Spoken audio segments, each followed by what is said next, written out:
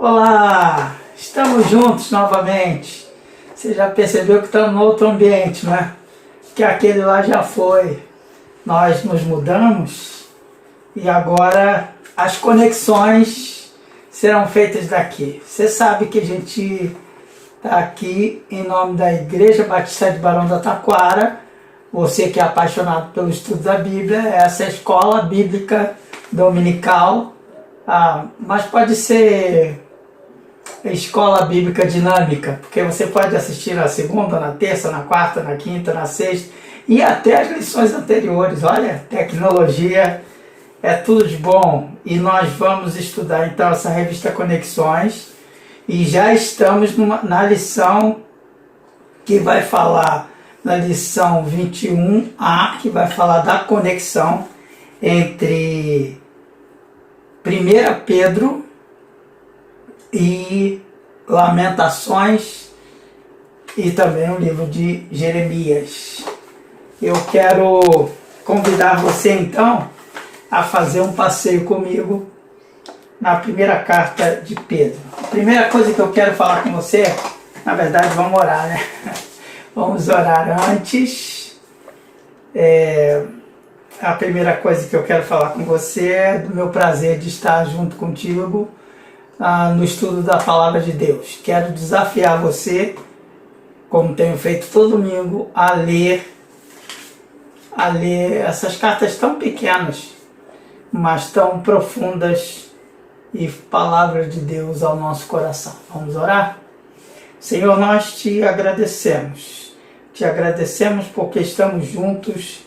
Te agradecemos pela tua palavra e o que nós te pedimos, em nome de Jesus, é que o Senhor nos fale, que o Senhor esclareça a tua palavra e faça com que nós tenhamos força para colocarmos em prática no nosso viver diário. Te pedimos assim, em nome de Jesus. Amém. Amém. 1 Pedro. Vou escrever assim, 1 Pedro. Bem, que livro é esse? É o livro de Pedro. Você sabe que Pedro é o apelido de Simão. Sabe de uma coisa? Esse livro aqui é um livro muito questionado. Foi um livro muito rapidamente aceito. Desde os primórdios ele foi aceito como sendo do apóstolo Pedro. Mas depois ele foi muito questionado no século XIX por causa dos leitores, deixa eu fazer ele assim, desse jeito, por causa dos leitores do grego, que falaram assim, o grego é muito elaborado para ter, aliás, dizem que esse aqui é o melhor grego que a gente tem no Novo Testamento, no texto de 1 Pedro. Mas eu vou pedir a Marília para abrir capítulo 5, versículos 12 e 13. Eu acho que os questionadores esqueceram de uma informação que é muito importante, que a gente não pode deixar de lado nesse texto de 1 Pedro, que é a autoria dele é de Pedro, mas... Leia aí, Maria, capítulo 5, versículos 12 e 13. Com a ajuda de Silvano, a quem considero irmão fiel, eu lhes escrevi resumidamente, encorajando-os e testemunhando que esta é a verdadeira graça de Deus. Mantenham-se firmes na graça de Deus. Aquela que está em Babilônia, também eleita, envia-lhes saudações, e também Marcos, meu filho. Vejam, Pedro está falando que Marcos é filho dele na fé, é muito interessante. E quem escreve, na verdade, quem redige, tem apoio para escrever, é Silvano, que muita gente acha que é o Silas do apóstolo Paulo, mas não tem como provar isso. Então, assim, a gente vê que esses teólogos do século XIX, que estavam questionando toda a escritura, que estavam questionando o mundo inteiro de uma forma geral, eles cometem erros assim grosseiros, como esse, que realmente Pedro não teria capacidade intelectual para escrever disso. Mas eu fico imaginando Silvano era o copydesk. Já ouviu falar nessa palavra? Copydesk é o cara que pega o texto e transforma o texto em texto publicável. Na editora a gente chamava de copydesk. Também tem uma expressão de, não vou me arriscar no inglês, mas que fala também de escritores que pegam as mensagens e transformam em texto. Eu acho que eu vou me arriscar. Ghostwriter, acho que não, é coisa de como é que é? Fala aí, como é que é o nome, Marília? É esse pessoal que é fantasma, alguma coisa assim, é a sombra do escritor. Na verdade é isso.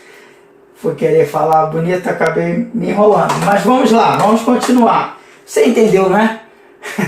Que Pedro escreve inspirado pelo Espírito Santo, mas é Silvano que dá essa formatação tão bonita que nós temos.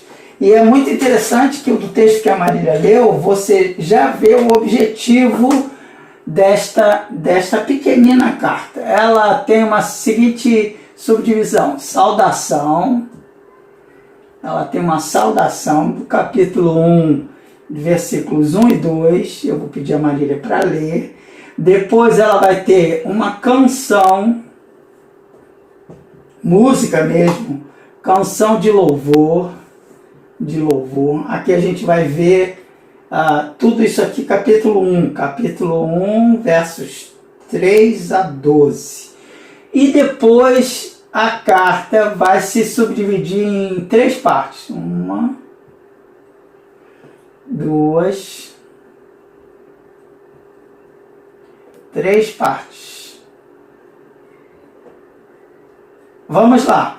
A saudação, vou pedir a Marília para ler. Versículos 1 e 2 do primeiro capítulo. Pedro, apóstolo de Jesus Cristo aos eleitos de Deus, peregrinos dispersos no Ponto, na Galácia, na Capadócia, na província da Ásia e na Bitínia, escolhidos de acordo com o pré-conhecimento de Deus Pai, pela obra santificadora do Espírito, para a obediência a Jesus Cristo e a aspersão do seu sangue. Graça e paz lhes sejam multiplicadas. O que Pedro está fazendo aqui nesta carta é escrevendo para as pessoas dispersas. Mas veja o que ele está escrevendo para os não-judeus. E ele vai escrever para os não-judeus da Ásia Menor. Mas é uma área que não tinha sido alcançada pelo apóstolo Paulo. É só você olhar o nome das cidades, você não vai ver cidades alcançadas pelo apóstolo Paulo desse jeito aí. Nem vai ver as cidades alcançadas pelo apóstolo João que estão lá no Apocalipse.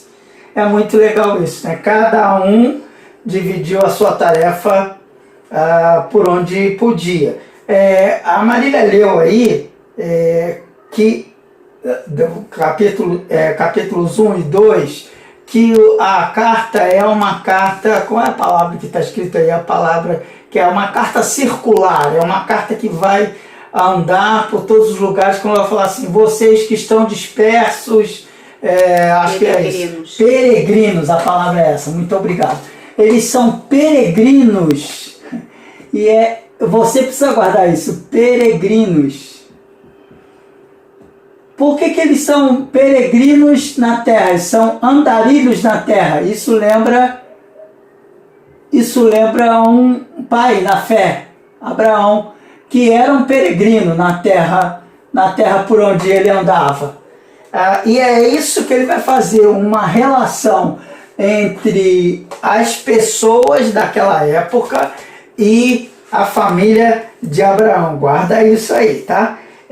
Então ele começa no capítulo 1 falando, dá uma olhada, capítulo 1, por favor, Marília, versículo 14 e versículo 18. Você vai ver que ele vai fazer, por isso que ele usa a palavra peregrino, porque ele vai fazer uma relação entre os cristãos da época dele, e a gente depois vai fazer entre os cristãos daquela época e os cristãos de hoje, e Abraão, a família de Abraão, versículo 14 e versículo 18.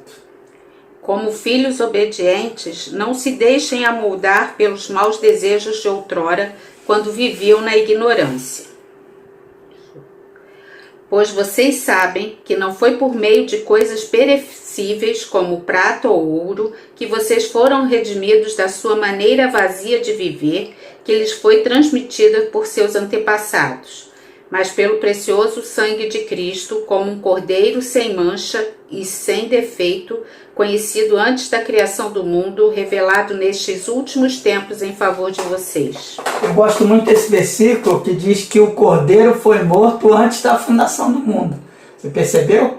O cordeiro, Jesus, foi morto antes da fundação do mundo. Não é que ele morreu antes de Jesus, antes de Abraão nascer, não. Mas o projeto de salvação já tinha sido elaborado. Antes de Deus gritar lá, haja luz, gritar não, falar, né? Haja luz, ele já elaborou no céu, haja cruz, porque ele já tinha pensado numa alternativa para andarmos juntos.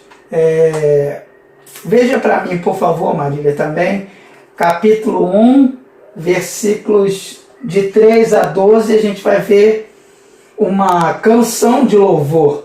Ele vai mostrar para a gente que o sofrimento, e era esse o contexto, o povo estava sendo perseguido, sofrendo, mas ele vai dizer que o sofrimento é ruim, mas é um fogo purificador. Bendito seja o Deus e Pai de nosso Senhor Jesus Cristo. Conforme a sua grande misericórdia, ele nos regenerou para uma esperança viva, por meio da ressurreição de Jesus Cristo dentre os mortos, para uma herança que jamais poderá perecer, macular-se ou perder o seu valor. Herança guardada nos céus para vocês, que mediante a fé são protegidos pelo poder de Deus, até chegar à salvação prestes a ser revelada no último tempo. Nisso vocês exultam, ainda que agora por um pouco de tempo devam ser entristecidos por todo tipo de provação. Assim acontece para que fique comprovado que a fé que vocês têm, muito mais valiosa do que o ouro que perece, mesmo que refinado pelo fogo, é genuína e resultará em louvor, glória e honra quando Jesus Cristo for revelado. Mesmo não o tendo visto, vocês o amam, e apesar de não o verem agora, creem nele e exultam com alegria indizível e gloriosa, pois vocês estão alcançando o alvo da sua fé, a salvação das suas almas. Foi a respeito dessa salvação que os profetas que falaram da graça destinada a vocês investigaram e examinaram, procurando saber o tempo e as circunstâncias para os quais apontava o Espírito de Cristo que neles estava, quando lhes predisse os sofrimentos de Cristo e as glórias que se seguiriam àqueles sofrimentos. A eles foi revelado que estavam ministrando, não para si próprios, mas para vocês, quando falaram das coisas que agora lhes foram anunciadas por meio daqueles que pregaram o Evangelho pelo Espírito Santo enviado do céu, coisas que até os anjos anseiam observar. Veja, então, o que Pedro está fazendo aqui é a apresentação de todo o conteúdo de sua carta. E ele vai dizer que todas as provações por que nós passamos, elas são, olha como se encaixa com o que a gente estudou em Tiago, elas são o exercício da nossa fé. Então essa história de que você é crente e não vai sofrer, está totalmente errada. É diferente, você é crente e vai sofrer porque é crente, porque é cristão. Por que é que você vai sofrer? Esse é o argumento que ele vai desenvolver aqui. Por que é que nós sofremos? Bem, vamos ver lá 3 coisas que ele deixa muito claro por que é que nós sofremos e o paralelo que ele faz com a família de Abraão. Capítulo 1, versículo 13 até 2, capítulo 10, 1:13 até 2, verso 10, vai falar que a gente, ele está falando para gentios, vai falar que agora a gente faz parte de uma nova família.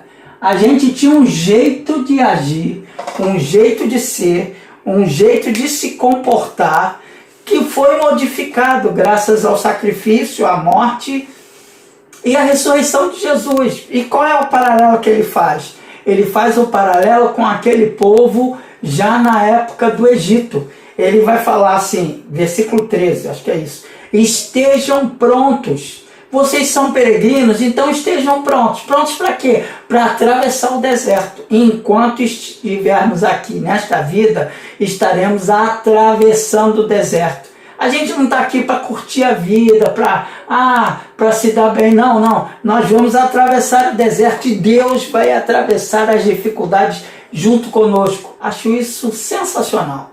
Que Deus não disse que nos livraria das provações, mas disse que estaria conosco no meio das provações, no meio das dificuldades, no meio das intempéries da vida, no meio da tempestade. Ele estará conosco. Mas vamos ouvir o que a Marília vai ler, capítulo 1, versículo 13.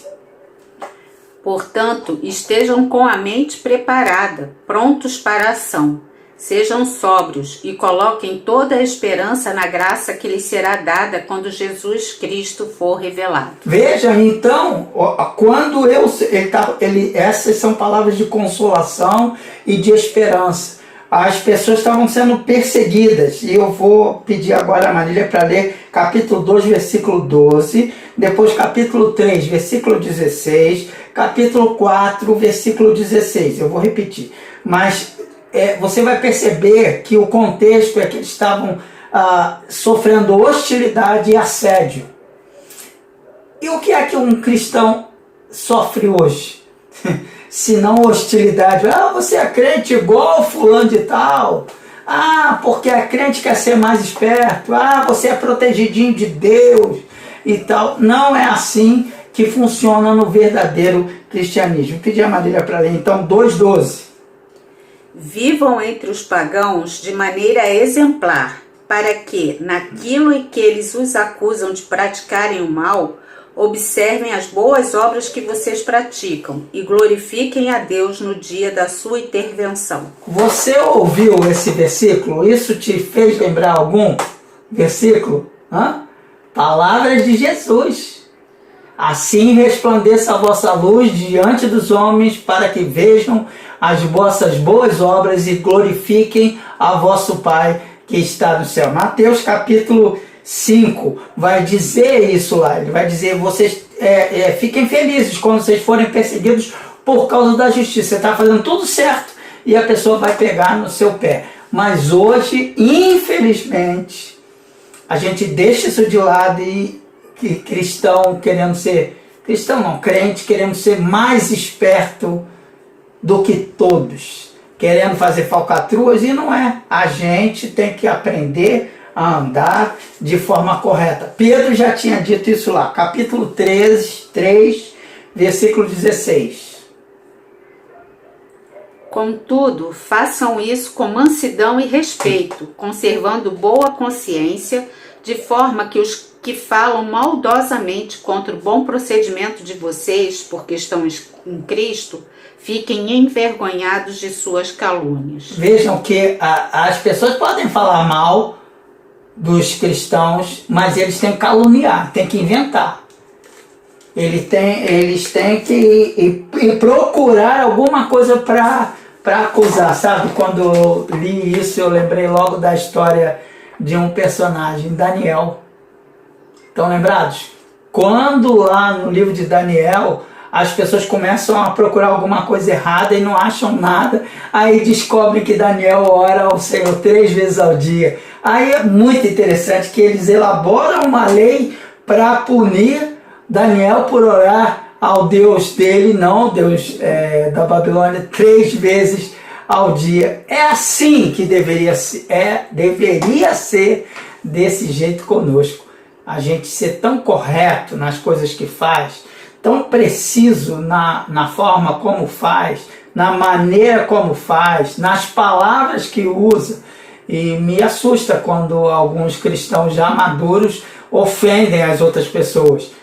É o contrário disso. É mais fácil quem segue a Cristo ser ofendido, porque está na contramão da história. Capítulo 4, versículo 16, para a gente andar um pouco mais.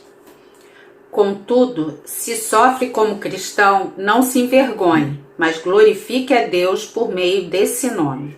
Então, o primeiro argumento de Pedro é que agora nós fazemos parte. É para os gentios isso aqui. Vocês não eram povo, mas agora vocês são povo, o povo de Deus, como era o povo lá no Egito, que ia atravessar o deserto. E não se iluda, assumir essa postura é estar livre, mas não livre da travessia do deserto. Entendeu como é que é? Você faz parte agora, não é mais do Egito, você é do povo de Deus, mas o povo de Deus atravessa o deserto e atravessa o deserto da segunda forma, atravessa o deserto cantando. Capítulo 2, versículo 11, Maria. Capítulo 2, versículo 11, até de 2:11 até 4, verso 11 também.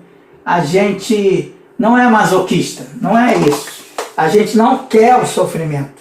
Mas se o sofrimento vem, a gente entende que é uma prova, um exercício para que a gente fique ainda melhor.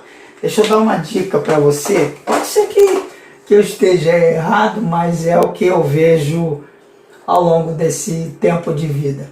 Quando você vira uma pessoa bacana, uma pessoa legal, não se iluda. Aquela pessoa que você admira, aquela pessoa que é sensível, que é cristã, tem sofrimento ali. Tem angústia ali. A angústia é superada.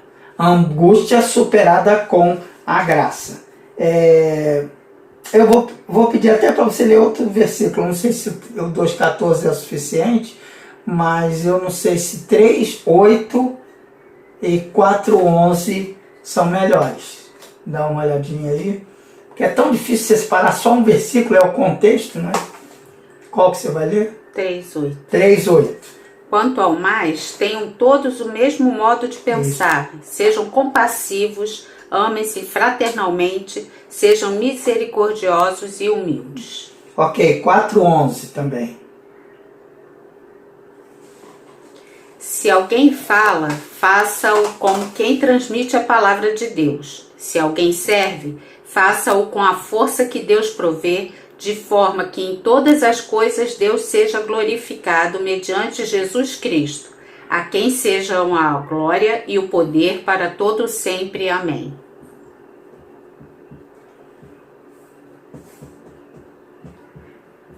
Eu sou um meio de dignificar o nome de Deus, sabe?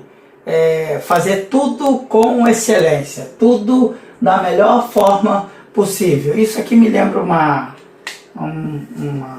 um acontecimento da época em que eu comecei a trabalhar.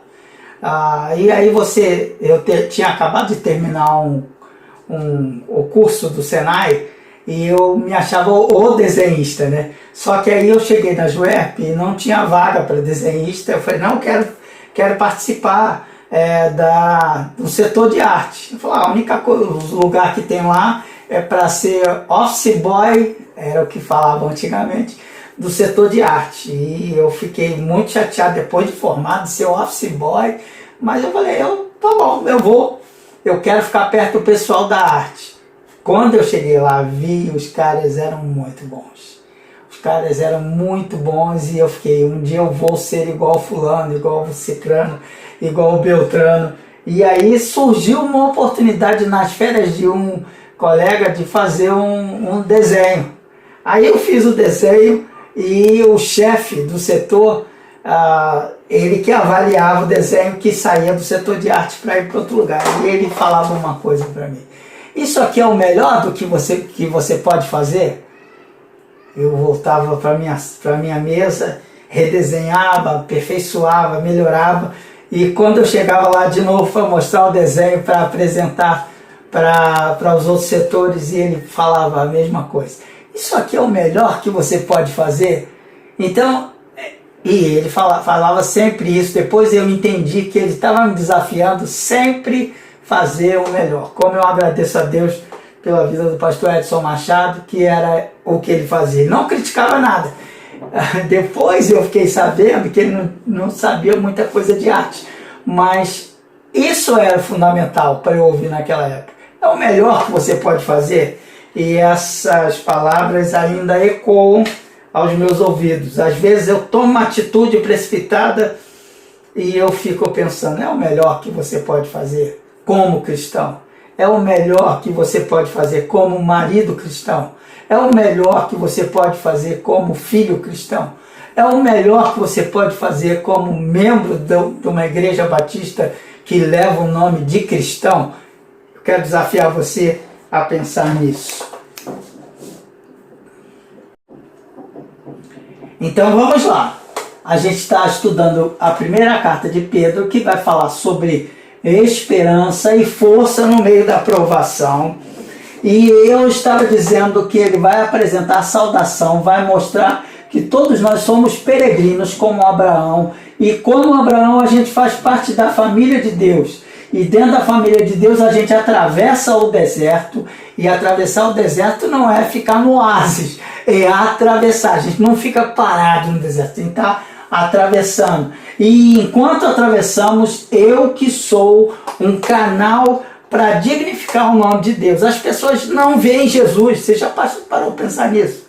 As pessoas veem a mim e eu falo que eu tenho Jesus. Ora, se eu tenho Jesus, eu tenho que fazer algumas coisas parecidas com o Senhor. Mas eu acho que a gente está vivendo uma sociedade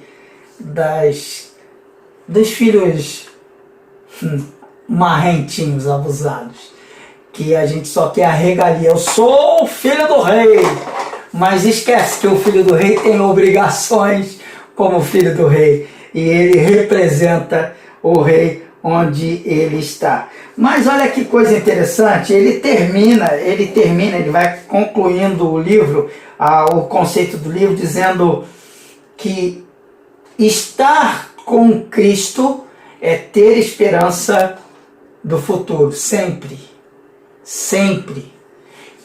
Isso causou muito problema na história da igreja, porque a gente abdicava da vida aqui, pensando na vida depois de atravessar o Jordão. Mas não é. O que Pedro está falando é que a gente tem esperança do futuro a partir de já, a partir de agora, a partir deste momento. O futuro já começou. Parece coisa de final de Globo, né? O futuro já começou, porque a vida eterna, você recebeu a vida eterna, ela tem um começo, mas ela não tem fim. Ora, se ela teve começo, ela começou quando eu aceitei a Jesus como Salvador. E quando eu aceitei a Jesus como Salvador, eu passei a ser nação santa, povo adquirido, participante daquele que me tirou das trevas para a sua maravilhosa luz. Então isso é o que eu vivo hoje. E se isso é assim, se eu tenho um pouquinho mais, só um pouquinho mais de conhecimento de Jesus que você, eu acolho você, eu abraço você, eu cuido de você. E esse é o desafio de Pedro para os líderes da igreja. Vejam a promessa, capítulo 4, versículos 12, 13 e 14. Capítulo 4, versos 12, 13 e 14. Amados, não se surpreendam com o fogo que surge entre vocês para os provar, como se algo estranho lhes estivesse acontecendo. Mas alegrem-se à medida que participam dos sofrimentos de Cristo, para que também, quando a sua glória for revelada, vocês exultem com grande alegria. Se vocês são insultados por causa do nome de Cristo, felizes são vocês, pois o Espírito da glória o Espírito de Deus repousa sobre vocês. Ok, eu vou pedir a Marília para abrir agora capítulo 5, versículo 9. E eu vou... Capítulo 5, verso 9. Então, Pedro vai falar de esperança. Mesmo em meio ao deserto, em meio à provação. Esperança começa aqui e agora. Ok, pode ler, Marília, por favor. Sejam sóbrios e vigiem. O diabo, o inimigo de vocês, anda ao redor como leão, rugindo e procurando a quem possa devorar. Resistam-lhe, permanecendo firmes na fé, sabendo que os irmãos que vocês têm em todo o mundo estão passando pelos mesmos sofrimentos. Gente do mundo inteiro está passando também pelo sofrimento. E aí você vai perguntar, e as conexões, professor? As conexões estão baseadas, tudo isso aqui aconteceu debaixo do Império de Roma, mas Pedro não chama Roma de Roma, Pedro chama Roma de Babilônia. Eu não tenho o versículo aqui, eu vou dar um trabalho para Marília achar, quando Pedro vai falar que a Babilônia, acho que no capítulo 1, também no capítulo 5 ele vai falar que vocês da Babilônia, também quando ele faz a relação das pessoas, ele vai falar da Babilônia. Qual é a conexão que a gente vai ver? Na verdade, a gente vai ver domingo que vem, mas eu quero dizer para você, a conexão é com Jeremias. E o Jeremias vai profetizar o quê? Que eles devem ir para a Babilônia. Que eles vão atravessar o deserto, não apenas o deserto do Sinai, mas o deserto do cativeiro babilônico. E nós vamos, domingo que vem, olha, eu quero convidar você para vir, porque a gente vai destacar muito isso, porque Jeremias é tão brilhante, tão extraordinário profeta, que quando Jesus perguntou, quem dizem os homens que eu sou? Lembraram de Jeremias, para você ter uma ideia. Então, a conexão é natural entre Roma e Babilônia. Eu acho que a Marília já achou o versículo, quer ver? Vamos lá. Aquela que está em Babilônia, também eleita, envia-lhe saudações. E também Marcos, meu filho. Então ele está falando de Roma, mas ele chama Roma de Babilônia. Na verdade, Babilônia, Roma, e João vai fazer isso também no Apocalipse, ela vai falar dos poderes, das maldades que existem no sistema mundano. E aí o sistema mundano ele chama de Babilônia. Ele chama da Grande Roma. A gente podia chamar Babilônia. Estamos na Babilônia. Mas, de trás para frente, tenhamos esperança. Porque Cristo venceu a morte. E a nossa vitória já é certa. Então façamos as coisas com excelência. Porque o que nós fazemos é um meio de dignificar o Senhor. E tenhamos certeza de que somos protegidos mesmo no meio do sofrimento, porque fazemos parte da família de Deus. Que Deus te abençoe e que nós aprendamos um pouco mais a ter esperança na pessoa de Jesus. A esperança que nós temos não é num discurso, é numa pessoa. E essa pessoa é o nosso Senhor Jesus Cristo.